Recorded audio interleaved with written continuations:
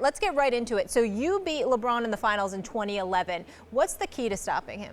Well, the biggest key is being able to have multiple defenders that can withstand the initial thrust, because if he blows by you right away, you're dead.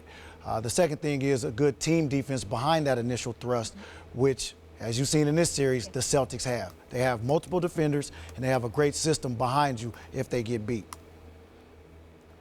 Jason, talk to me about the difference from the LeBron James you guys saw in that 2011 NBA Finals and the LeBron James you're witnessing today.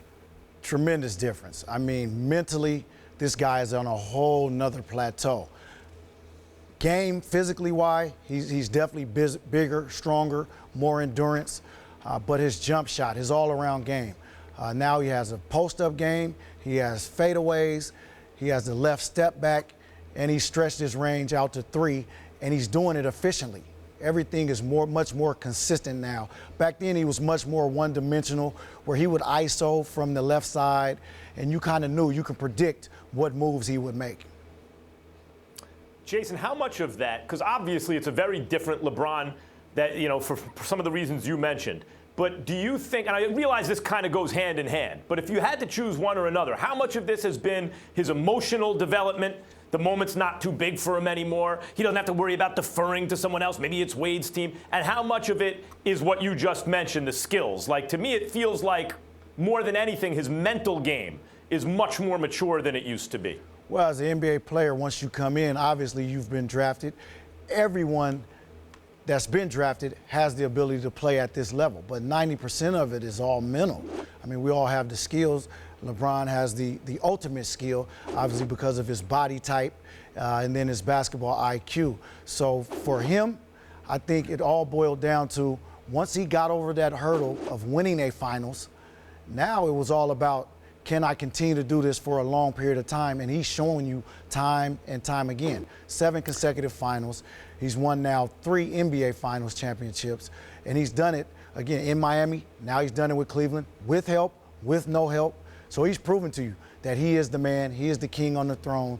And he doesn't look like he's tapering off anytime soon.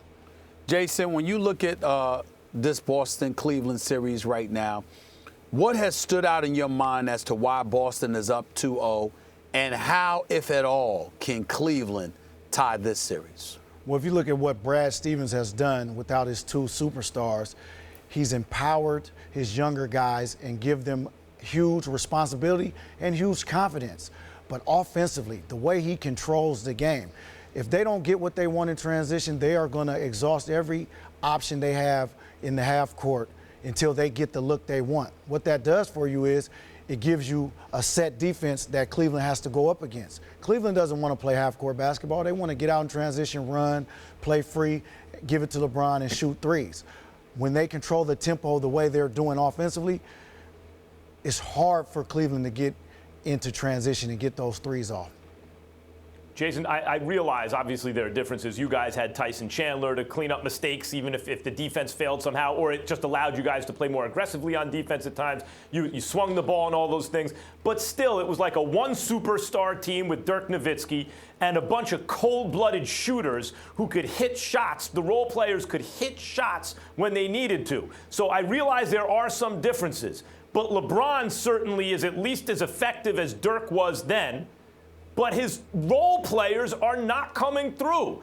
What do they need to do to come through in this series? Well, you got to look at our team too, Max. I mean, you're talking about role players, but we had the ultimate role players. You're talking about a Hall of Fame point guard and Jason Kidd that could set the table for us. Ultimate key defenders like Sean Marion, Tyson Chandler. You look at the Cleveland Cavaliers roster. Terry, who kill you in the clutch? I forgot about myself. How can I? But no. But Cleveland Cavaliers don't have that personnel. They just don't. They got some young guys who they've traded for, and they're not ready for the moment. Let's be honest. Well, Clarkston. They're not good enough. They're just not ready yet. They're not ready. I wouldn't say good enough. They're just not ready yet. They haven't been in enough series like this at this magnitude. Well, last time I checked, Jaylen Brown is 21, Jason Tatum is 19. Yeah. Boston has a relatively young squad, and Cleveland has gotten this far, despite some of the things that they could be doing better. Yeah. You saw guys step up. So what is it about this particular series that suddenly they can't do anything right when that clearly wasn't the case for 4 games in the first round and for all 4 games in the semifinals? Well, think about Jaylen Brown and Jason Tatum, what they've endured this season. They've been given that responsibility of trying to carry the team on their back in different periods of time throughout the season. Clarkson hasn't been counted on by Cleveland to do much of anything but provide a spark. George Hill, he's really just out there. He's a shell of himself, and he hadn't had that responsibility. So Cleveland needs guys like J.R. Smith, Kyle Korver, Kevin Love, those champions, the guys that have been there before, to step up. And they haven't showed up yet in this series, but I can guarantee you one thing.